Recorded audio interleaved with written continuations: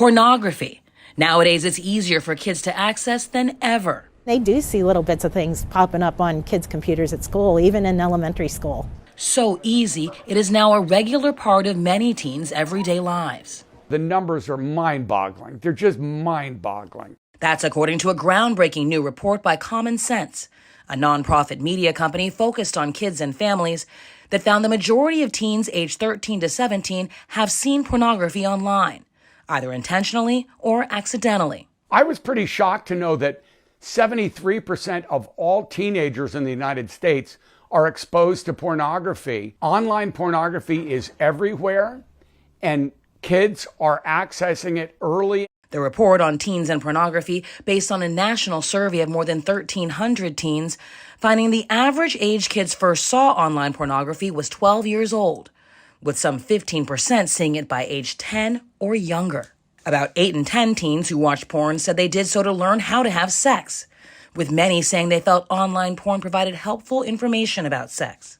But more than half said they had seen porn that included depictions of rape, choking, or someone in pain, making porn a growing concern for parents. The obvious link would be they're using this to determine their sexual identity, to determine what's acceptable, how you become a sexual human being, and if that becomes what they think is okay, then this is what they're learning from watching it.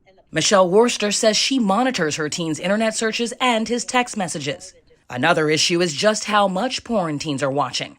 Of the 44% who said they intentionally watched porn, 71% reported viewing it in the last week. And nearly 6 in 10 said they watched porn once a week or more. And it's not just happening at home or in kids' spare time.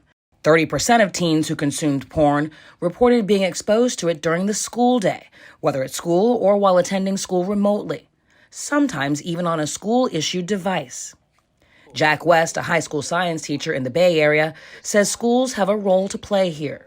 It's a multifaceted problem that requires a multifaceted approach. So there's parents, there's the teachers, there's the community, and yes, in schools, I think we should be addressing this. And health education or sex education seems like a good place for that to happen. Beyond concerns about violent or aggressive portrayals of sex, only a third of teens reported seeing porn that includes someone asking for consent before engaging in sexual activity. We all have to be part of the solution here. James Steyer, Common Sense's CEO, hopes the report sparks a national conversation. Parents have to be more involved and more knowledgeable. Schools have to recognize that this is actually happening in schools and that it's part of sex education and behavioral education for young people. And quite frankly, the industry has got to be held accountable for the fact that they are the gateway platforms for all of this pornography to young people. Athena Jones, CNN, New York.